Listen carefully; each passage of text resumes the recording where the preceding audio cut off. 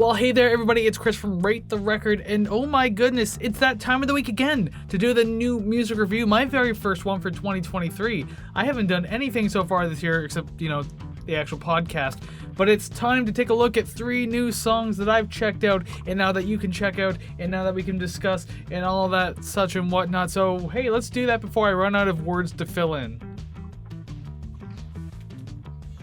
No, that's too far. That seems about right. Okay, so first up we have legendary punk rocker Iggy Pop. He's been on the scene since the 60s, so you can only imagine that his name still carries quite a bit of weight. His latest album, Every Loser, just dropped back in January, and the latest single to come off of that is All the Way Down. The song's a fairly generic rock number. I mean, you have loud guitar layers all the way through the song. The groove is fairly kind of basic and everything, but that doesn't mean that it's any less fun. The instrumentals in the chorus match a lot of the other portions of the song that aren't necessarily the verse, so it's really kind of hard to get excited about that. My biggest issue so far probably comes with the hook, because it's really unimaginative, but I guess it is still catchy because of how simple it is. There is still indeed an energy that carries this track that I can see a lot of people getting behind, so I can at least give it to that. My main problem again with this song is just how generic it sounds. Nothing really pops out about it. Nothing really makes me think anything too exciting is happening. With someone like Iggy who's been doing this for decades, it's fair to say that you can't honestly expect anything too big or exciting at this point in his career. But for what it's worth, I think this song could probably find a lot of radio rotation, like on those random rock stations. Big city or small doesn't really matter. The butt rock stations, this song can definitely find a home on it, and you're definitely going to find people who really dig this track, so it's not even necessarily that it's bad or anything, but just, it's not getting me. Overall for me, I guess that's the best way to leave it off. It's just another radio butt rock track for me. Don't get me wrong, I still respect him for having like the energy and charisma at his age, and especially all the abuse of drugs that he's done over the years, that he can still kind of come out with this stuff and just go crazy with it.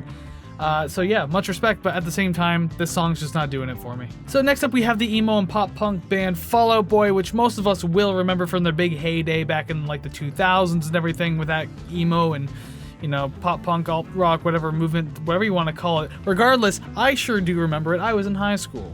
They just announced that they're going to be dropping a brand new album this June called So Much for Stardust, and the lead single and teaser from this album is called Love from the Other Side. One of the things I immediately noticed out of this track that it's definitely a song of its time. By that I mean regarding the era that Fall Out Boy was pretty big in, this song could have just as easily come out then too.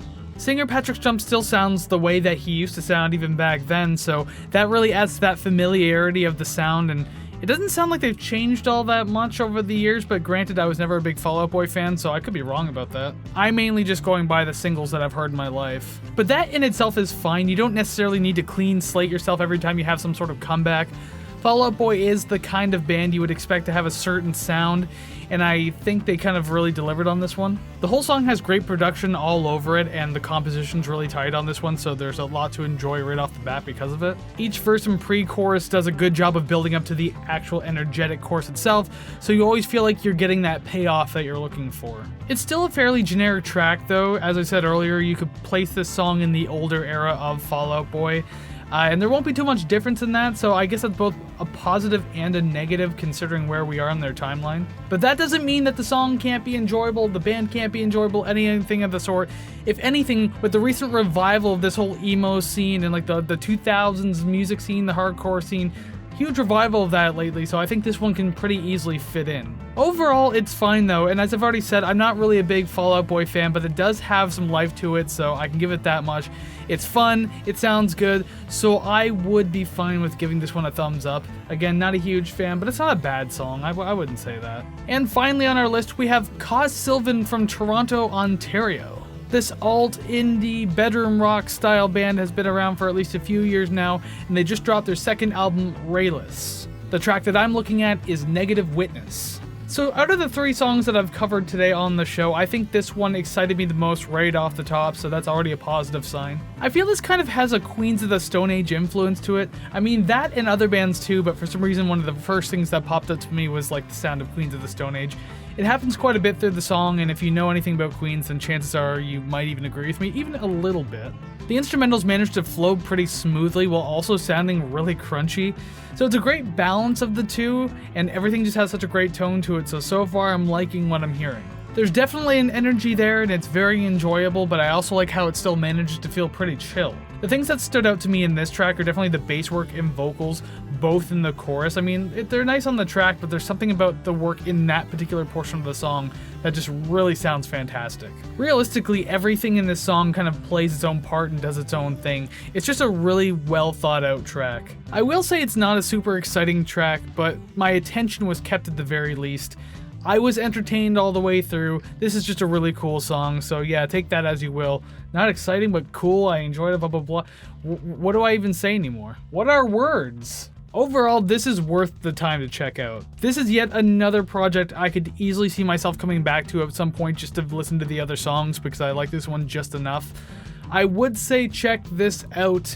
This is my favorite of the week by far. And there you have it, my comeback edition for the new music review, my first of 2023. So hey, thank you for hanging out with me and checking out these songs with me. If you did, let me know down in the comments below what you think of these songs. I'm always curious to know and I'm willing to discuss it with you. I like having these types of things. That's kind of also the point of doing it, so I can listen to new music, so can you. So again, down in the comments below, let me know what you think. And don't forget, you can also let us know over on our social media pages what you think of these songs. Follow our Instagram and our Facebook and our TikTok at Rate the Record Podcast. It's all there, but of course, all of that can be found at ratetherecord.ca.